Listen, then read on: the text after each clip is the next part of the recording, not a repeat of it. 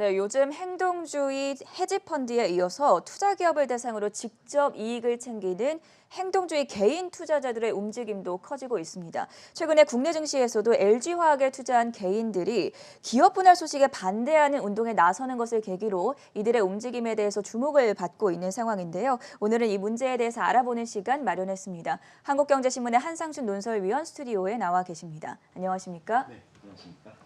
네, 위원님, 오늘 뉴욕 증시는 여러 가지 악재가 쏟아지면서 일제히 약세로 거래를 마치는 모습이었는데요. 증시 흐름부터 정리해 주시죠. 네, 겹치지 않는 선에서 특이점을 중시해서 말씀드리겠습니다.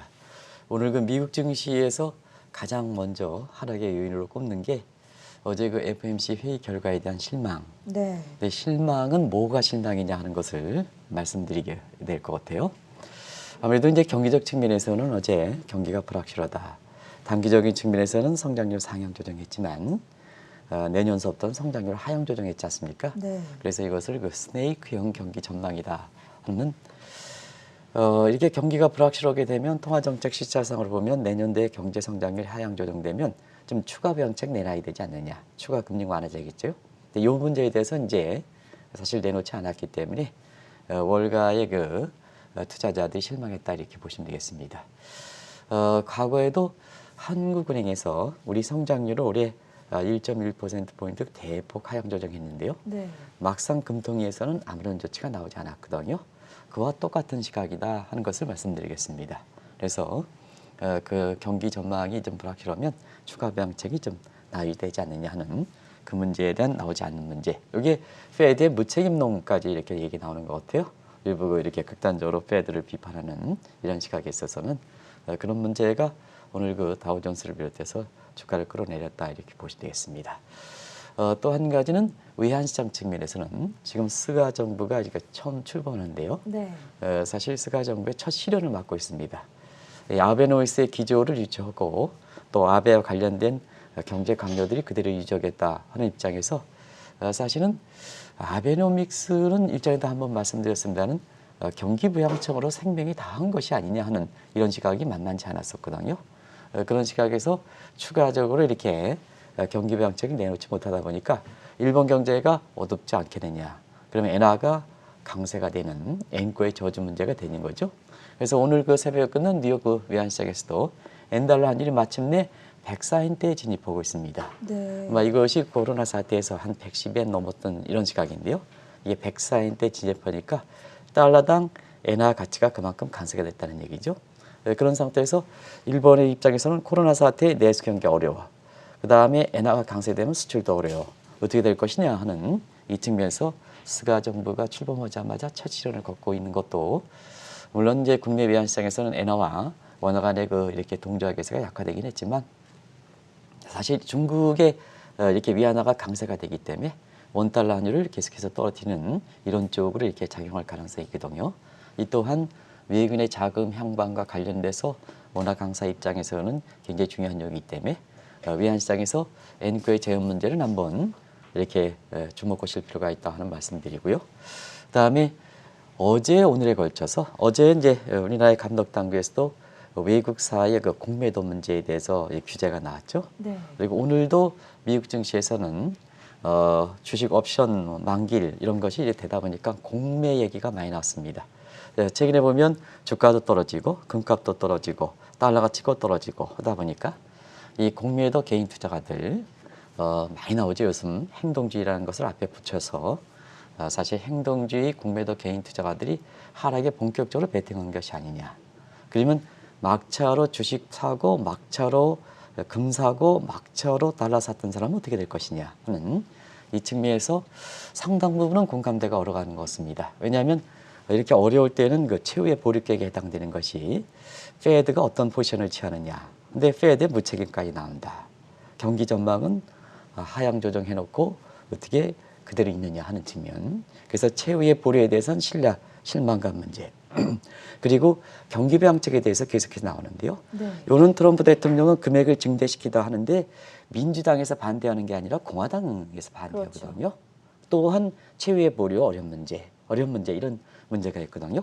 그리고 최근에 그 코로나 경기입니다는 코로나 백신 문제에 대해서 트럼프는 대선 이전에 대부분 다 이렇게 전문적인 교환은 오래 어렵다 하는 네. 시각. 그래서 최후의 믿음에 해당되는 것이 지금 신뢰가 많이 떨어진 상태거든요. 그럼 어떻게 될 것이냐? 하락되는 게 아니냐 하는 측면에서 막차탄 투자자분들이 사실 지금 고민이 실제로 그렇게 된다는 건 나중에 결론을 맺겠습니다. 그게 지금 월가이자 우리의 동학개미들도 그런 그 불안 심리가 만만치 않다는 걸 말씀드리겠습니다. 오늘 오프닝에서 살짝 언급을 해드렸지만 행동주의 개인 투자자라는 새로운 용어가 나왔습니다. 어떤 용어인지 설명부터 좀 들어볼게요. 네, 행동주의 헤지펀드에 대해서는 잘들 아실 겁니다. 그렇죠. 우리가 보면 2015년에 네. 삼성물산 합병 문제 이런 거로 인해서 행동주의, 폴 싱어를 비롯한 행동주의 헤지펀드에 대해 실체가 국내 증시라든가 또 우리나라의 기업의 지배구조 그리고 국민연금과의 갈등 문제 이런 문제가 종합적으로 지금까지 돼 있기 때문에 행동주의 헤지펀드에 대해서는 잘 아실 거로 생각되는데요. 아시겠습니다는 자 기존의 그 헤지펀드들은 예를 들어서 전앵커가 삼성전자에 투자한다면 수익은 삼성전자가 실적을 내놓고 그 주가가 반영돼서 내가 전앵커가 투자했으면 수익이 되는 수동적 주체였거든요. 네.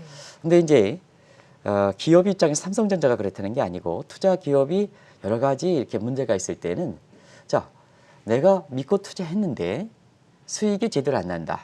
그러면 수동적으로 입장이 될 것이냐? 안 된다. 직접적으로 이렇게 수익을 내는데 사실 장애 요인들을 전부 제거한다는 얘기죠. 이게 이제 금융위기 이후에 정보가 공유화되면서 행동주의 헤지펀드들이 아주 수익을 내는데 능동적 입장을 갖는데요. 아시겠습니다는 명목은 그렇죠. 이런 그 행동주의 헤지펀드든 행동주의 요새 그 공매도 그 개인 투자가를 비롯한 행동주의 개인 투자가들이 명목은 주주가치 극대화죠. 개인 입장에서 본인이 주주니까 이익을 극대화하는 그리고 반대적 입장에서는 기업 지배구조의 개선 이런 문제를 들고 있죠. 그래서 할 수 있는 행위는 다 한다 이렇게 됐습니다. 근데 왜 최근 들어서 행동주의 헤지펀드들은 좀 들어가고 행동주의 개인 투자가들이 될 것이냐 하는 측면에는 행동주의 헤지펀드들이 일단은 많은 사고를 통해서 굉장히 신뢰를 떨어뜨렸습니다. 네. 우리나라 같은 경우에는 라임이라든가 그다음에 옵티머스라든가 이렇게 해서 고객의 이익을 극대화시킨다 하는 명목을 갖고 있지만 본인 자신의 이익을 이해하는 과정에서 금융사고로 인해서 굉장히 신뢰가 많이 떨어진 상태거든요.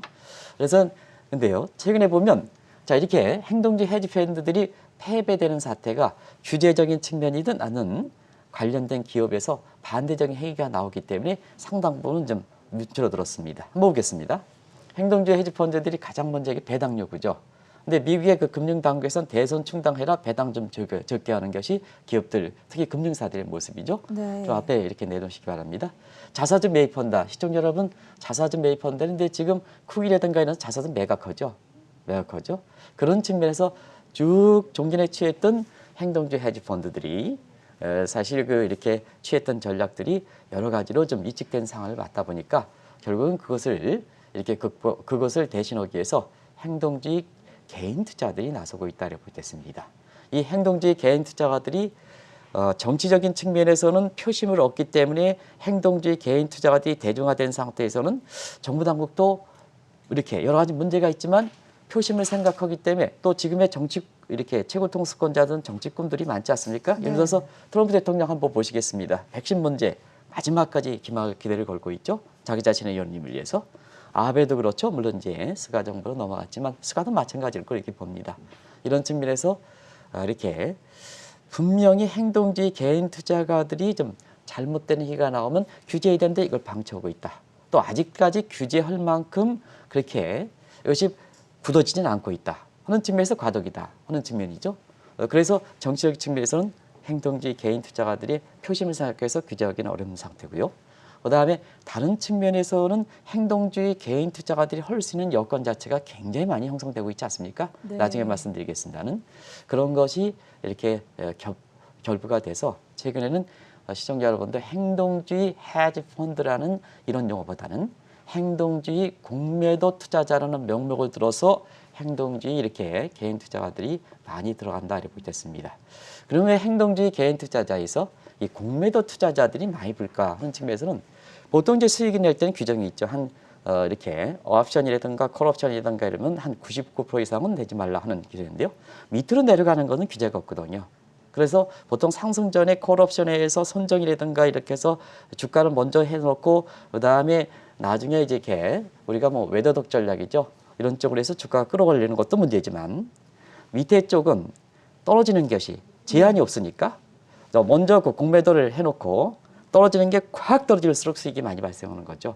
근데 지금은 상태가 어떻습니까? 대부분 다 우리가 종전의 투자 가치 이 평가 이론으로서 설명할 수 없을 정도로 돈의 힘, 심리적 요에서 모든 게 이렇게 주가가 많이 올라가 있지 않습니까? 네. 그래서 최근에는 그런 여건을 반영해서 행동주의 개인 투자가들을 보통 행동주의 공매도를 쓰는 좋은 여건이 되기 때문에 공매도 투자자라 이런 이름으로 많이 불린다 하는 것을 말씀드리겠습니다. 말씀해 주셨지만 이제는 행동주의 헤지펀드라는 용어보다는 행동주의 공매도 투자자라는 용어가 많이 들리고 있는데 특별한 배경이라도 있습니까? 네, 아무래도 지금은 사실 그렇습니다. 개인 투자가들이 행동주의 헤지펀드에 대해서 할 수 있는 여건 자체가 소셜 네트워크죠. 네. 예를 들어서 뭐 인터넷도 그렇습니다. 인터넷도 더 빠른 게 소셜 네트워크 스마트폰이죠. 여기에 유튜브 세력들이 많죠. 이런 쪽이 이제 개인들이 서로 연결돼 있다. 자, 서로 떨어져 있지만 누차에 말씀드리는 개인들이 서로 연결돼 있는 하이 커넥션 소사이티를 맡고 있다. 영합하기가 좋다는 얘기죠. 그러면 자, 행동주의 헤지펀드에 돈 놓으신 분들은 거기에 해당되는 사람의 투자자지만 무특정 đặc 정으로 지금은 세를 규합할 수 있다는 여건입니다. 그리고 일전에도 한번 말씀드렸습니다는 이런 사태에 대비하기 위해서 자, 우리가 너무 펄이든가 이런 PBR만 의존하는 게 아니라 지금의 여건에 맞춰서 작년 9월 달에 로버트 실러가 소위 내러티브 이코노믹스에 대해서 이걸 꼭 개인 투자가들한테 특히 동학 개미 분들한테 꼭 좀 이 책을 좀 읽을 것을 좀 권유를 한번 해드린 적이 있고 네. 이 방송을 통해서는 몇 차례 걸쳐서 얘기했습니다. 그러면 보겠습니다. 개인들 투자자들이 이렇게 보면 우리가 좋은 소식에 영합하는 것보다는 나쁜 소식에 영합하는 게 많습니다. 네. 우리가 이제 신문에 이렇게 쭉 보면 우리가 사회의 건전한 발전을 위해서 좋은 쪽의 기사들이 좀 많이 나와야 되거든요.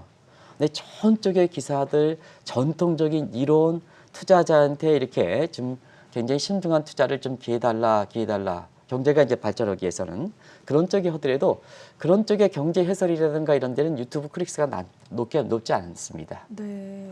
반면에 어떤 논리적 얘기라든가 이론적 근거 없이 자, 오늘 당장 갈 거 추천해달라. 그러면 그 당장 갈 거 추천해주면요. 클릭수가 왕창 이렇게 됩니다. 그리고 이 남녀 간의 이렇게 연애사 좋은 결과보다는 좋은 관계보다는 나쁜 관계를 하는 것이 클릭수가 높게 되거든요. 이게 공매도 세력의 개인 투자의 공매도 세력을 할 수 있는 아주 좋은 요건이다 하는 것을 말씀드리겠습니다. 이게 로버트 실러의 내러티브 이코노믹스의 얘기 나온 거거든요. 그거 한번 실체를 한번 보겠습니다. 우리가 특정 사건이 터지면 스토리텔링 되죠. 네. 스토리텔링 되죠. 소셜 네트워크 유튜브를 통해서 확 대중적으로 전파되죠. 그렇죠. 그러다 보니까 증시에 영향이 된다. 그러면 직전에 코로나 사태를 한번 보겠습니다. 코로나 사태 전대미문의 사건이다. 르비니 교수 같은 경우에는 대공보다 더 어렵다. 근데요. 신문 기사에서는 좋은 것보다 나쁜 쪽에 영합하거든요. 그러다 보니까 이것이 뭐냐. 소셜 네트워크를 통해서 주가가 대폭락된다. 하지만 주가가 올랐지 않습니까? 이렇게 돼 있는 거죠. 네. 이런 게 됐습니다. 그래서 행동주의 헤지펀드들은 이런 약점을 노려서 공매도 이렇게 주가가 높아 있을 때는 공매도 이런 쪽에 이렇게 영업한다 이렇게 됐습니다. 최근에 보면 국내 유명 유튜버들이 있습니다. 선기능과 후기능이 부작용이 있을 겁니다. 근데 이것이 세력화돼서 예를 들어서 유튜브가 국내 증권사에 이렇게 정통으로 내놓는 보고서를 잘 못 믿어? 왜냐하면 어렵게 정통으로 내놓고 있는 것은요. 급한 시대에서 사실 그에 맞지 않는 측면이 있거든요. 또 한 가지는 국내 증권사는 제도라든가 뭔가 이런 측면이 있기 때문에 사실 애널리스트라든가 이런 측면에서는 사회적 책임성이 있는 거거든요. 네. 책임성이 있기 때문에 쉽게 종목 투자를 이렇게 하지는 못하는 단점들이 있습니다. 그런데 국내 유명 주들이 단순히 이렇게 종목 추천이든가 이런 것뿐만 아니라 이제는 애널리스트 간의 세 규합해서 이 종목 추천하고 거기에 따라서 쭉 클릭수 올리고 그래가지고 이렇게 수익을 버는 이런 구조로 진화되는 모습, 이런 모습이 이게 보이는 상태거든요. 그런 각도에서 이런 조건들이 이렇게 다 이렇게 잘 돼 있기 때문에 미국도 그렇고 그 다음에 한국도 그렇고 전 세계적으로 개인 투자자들이 이렇게 비중이 높아지는 상태에서 이러한 심리적 측면, 군집 현상이 되다 보니까 이 심리적 측면을 이용해서 사실 주식에 끌어올리고 주식을 내리는, 주식을 끌어올리는 데서는 손정의 소프트뱅크의 콜옵션에 의해서 내가 신뢰가 있으니까 올려 주식 먼저 사, 나머지 이렇게 동학개미들이 사, 주가 더 올라가, 적정 수준 이상 올라가. 근데 고평가되면 일부 이렇게 행정주의 개인 투자가들이 이제는 저게 주가의 평가 기준을 볼 때는 이상한 국면이 많거든요. 네. 그러다 보니까 뭐냐, 거기에 사기 보고서 들어가 뭐해? 본인들은 미리 사놓고 그래서 주가 떨어뜨릴수록 이렇게 수익 많이 발생하는 이런 문제의 여건이 되는 상태에서 지금 행동주의 헤지 펀드보다는 행동주의 개인 투자가들이 기승을 부린다, 이렇게 보시면 됐습니다. 이러한 행동주의 개인 투자자들에 의해서 피해를 본 기업들의 사례도 많을 것 같은데요. 대표적인 사례 좀 짚어주시죠. 아무래도 이제 행동주의 개인 투자가들은 네. 아마 이 한국경제TV의 방송을 한 10년 전에 걸친 것을 제가 쭉 한번 봤어요. 오늘 네. 방송하기 전에. 이런 더 과거 회계 사례든가 이런 거에 대해서 기업의 맹점을 많이 파고드는 사람들이 이제 기업의 회계 원칙이라든가 잘 아시는 분들이거든요. 그래서 이 국제 회계사들 내지는 법률 변호사들이 다 그런 건 아닙니다는 기승을 부릴 때가 중국이 사실 경제 고성장을 바탕으로 해서 국제사회에 뛰어든 때, 특히 증시적 증시에서 뛰어든 때에 요 행동주의 개인 투자자들이, 특히 공매도 투자자들이 기승을 부렸다 이렇게 됐습니다. 그래서 최근에 많이 이렇게 나오긴 하지만 벌써 10년 정도 된다. 네. 그런 각도에서 많은 피해를 받았던 기업들이 바로 중국 기업들이죠. 뭐 아시겠습니다. 2010년 전후에서 중국이 급성장했죠. 고도성장하니까 쫙 해서 해외 위상을 증대시키기 위해서 미국에 상장도 시키고 이렇게 됐죠. 그렇죠. 근데 문제는 너무 빨리 고성장하다 보니까, 외형은 빨리 고성장하다 보니까 소프트웨어적인 측면에서 기업의 회계 원칙이라든가 이런 측면에 글로벌 스탠다드에 맞추지 못하는 측면이 있거든요. 네. 그러다 보니까 한번 보겠습니다. 고성장에서 주가가 급등했습니다. 그러면 뭐냐? 우리가 펄이든가 이런 걸 기준으로 볼 때에는 상당 부분 고평가됐다. 그러면 앞으로 추가적으로 올라갈 것보다는 추가적으로 내려갈 가능성이 높다 하는 이런 쪽의 추측이 되는 상태에서, 자, 거기에 공매도를 미리 해놓고 각종 국제 회계 기준에 맞지 않는 맹점을 파고들어서 이번에 니콜라가도 마찬가지로 사기 보고서들이 나오는 거거든요. 네. 그런 측면에서는 시장에서는 이미 고평가다, 주가가 내려가지 않겠느냐 하는 심리에서 때려버리니까 주가가 하락되니까, 자, 미리 공매도 천 사람들은 대단히 큰 수익을 기록하는 거죠. 그런 측면에서 여기에 희생이 돼서 시청자 여러분, 중국 기업들이 아예 상장 폐지까지 된 기업들이 많죠. 그 대표적으로 루이싱 커피라든가 이런 쪽에 아카츄라든가 이런 쪽에 사례들이 많습니다. 네. 그래서 극단적으로 상장 폐지됐던 이런 것으로 이렇게 나오고 있는데요. 최근에 한번 보겠습니다. 최근에 보면 테슬라라든가 니콜라라든가 라녹스라든가 이런 꿈의 기업들 같은 경우는 이 손정의 소프트뱅크 콜옵션에 의해 가지고 주가가 많이 올라갔죠. 이렇게 신뢰가 있는 사람들이, 지금은 이제 손정희 회장에 대해 신뢰가 그렇게 많지는 아닌 것 같습니다. 올려. 그러다 보니까 결과적으로 보면 영향력 있는 사람이 올려. 그러면 유튜브라든가 영향력 있는 위치에서 올려. 그러면 나머지 사람들 다 추적해. 그러면 주가도 올라가죠. 근데 주가 올려놓고 다 그런 건 아닙니다는. 네. 자, 이제 높아졌습니다. 그런 상태에서 여러 가지 주주가치 이익 극대화한다는 명목하에 공매도에 관련된 이렇게 각종 보고서가 나오면 주가 떨어져. 이렇게 되는 거거든요. 그래서 최근의 모습이, 시청자 여러분, 주가 올라갈 때 PPR 무형의 가치들, PDR 꿈의 가치들, 이런 것이 항상 뭐냐, 그 이면에 있어서는 다른 쪽에 올라갈 때는 굉장히 모든 것이 끊임없이 올라갈 거로 생각하지만 내려갈 때는 또 그만큼 끊임없이 내려가기 때문에 균형을 강조했던 시각이 바로 그런 측면이겠는데, 나중에 말씀드리겠습니다는 그런 것이 지금 비일비재하게 나타났다. 자, 우리가 LG 화학 같은 경우는 네. 기업 분할 소식이 있었죠. 그래서 직접적으로 물론 이제 관련된 기업이라든가 투자자 입장을 이렇게 해서 서로 공생이 되는 상태에서 옵티멀 솔루션을 찾기를 바랍니다. 근데 지금은 종전과 다른 것은 우리 LG화학에 배터리가 있는데 사실 그 기업 분할하는 입장에서는 장기적 측면에서 기업 가치가 증대하기 때문에 장기적 관점에서는 이게 투자자 입장에서는 좋다 이렇게 얘기하는 사람들이 전공법이지만 자 당장 단기 투자하는 사람들 입장에서는 자 LG화학 전통적 화학보다도 자 테슬라라든가 뭔가에서 2차 전지 이거에 의해서 LG화학이 그쵸. 결국 뉴딜 K 뉴딜도 그렇게 해서 들어가는데 이게 빠진다 그러니까 개인 입장에선 그래 장기적 관점에서는 좋아져. 근데 다 지금 당장 문제가 되는데요. 지금 개인 투자들은 단기 투자하는 사람들이 많지 않습니까? 네. 그러니까 주가 떨어져. 그러다 보니까 행동주의로 나서는 거죠. 청원도 올리고 기업의 그 분할을 담당했던 LG화학이 뭐 하는 거냐 하는 행동에 나서는 거죠. 이게 행동주의 개인 투자가들도 국내에서 이런 그 최근의 사태가 이렇게 벌어지고 있다 이렇게 보시면 되겠습니다. 행동주의 개인 투자자, 특히나 행동주의 공매도 개인 투자자의 움직임이 주목이 되고 있는데요. 가장 먼저 막차를 탔던 금 투자자들이 희생양이 되지 않을까 이런 시각도 나오고 있습니다. 네, 우리가 이제 보통 아주 자산이 많으신 분들 대상으로 네. 이너서클 강의를 좀 이렇게 하는데요.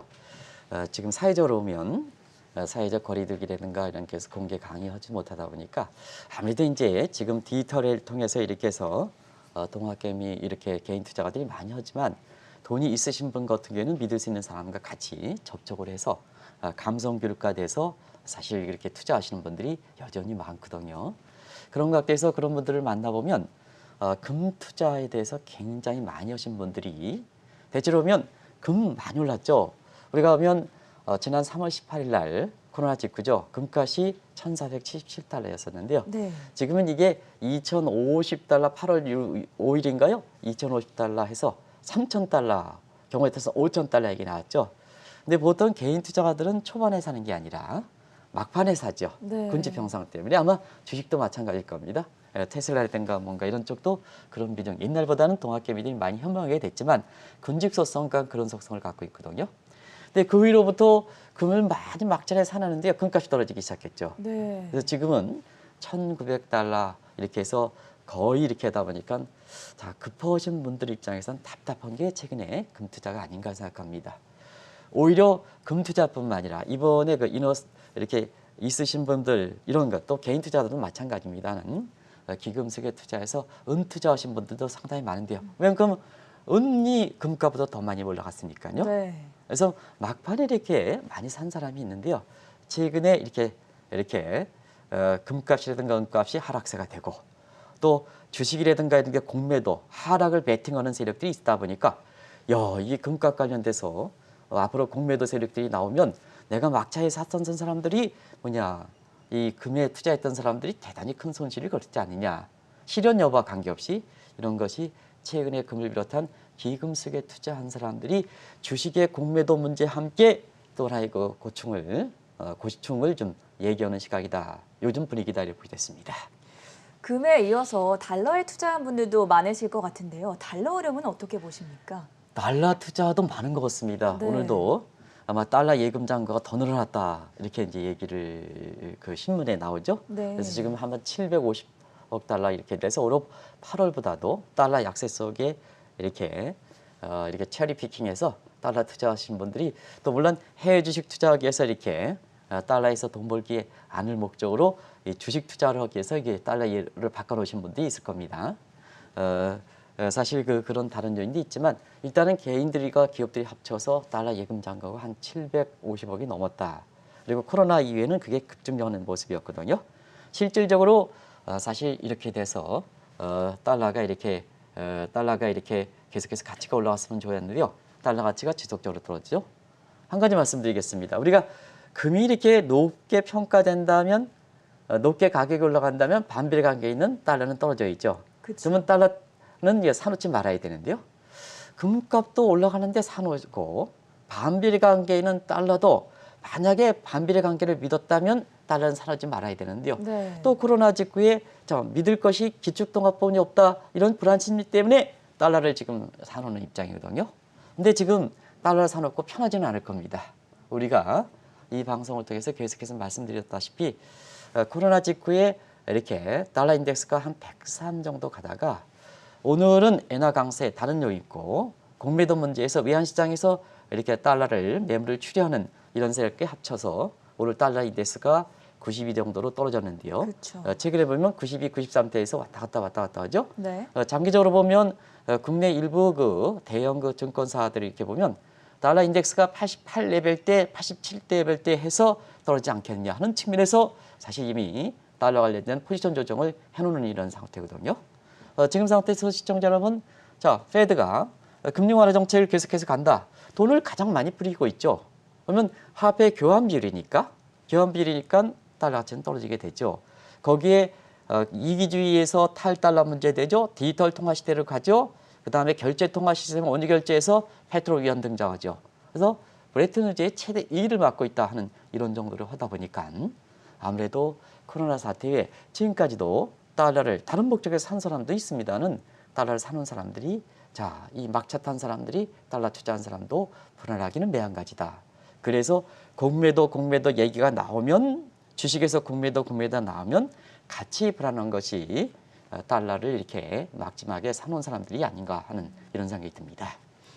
증시에서는 국내 투자자들도 영향을 많이 받았던 만큼 행동주의 공매도 투자자와 관련된 문제로 혼탁한 상황이 지속되고 있지 않습니까? 네, 주식시장의 입장에서도 마찬가지죠. 광기라는 문제가 매니아라는 네. 얘기가 나오지 않습니까? 그만큼 비정상적이다. 그래서 우리가 일레셔널에서 비이성적 과열 문제에 대해서 한번 집중적으로 좀 말씀드렸습니다. 그래서 종전의 그 주가 평가 이론을 본다면 3월 그 폭락설, 7월 위기설도 급박하고 이번에 그 월가에서 위기설 주장했던 사람들이 9월 위기설을 해서 9월 위기설 얘기 나왔었던 상황이거든요.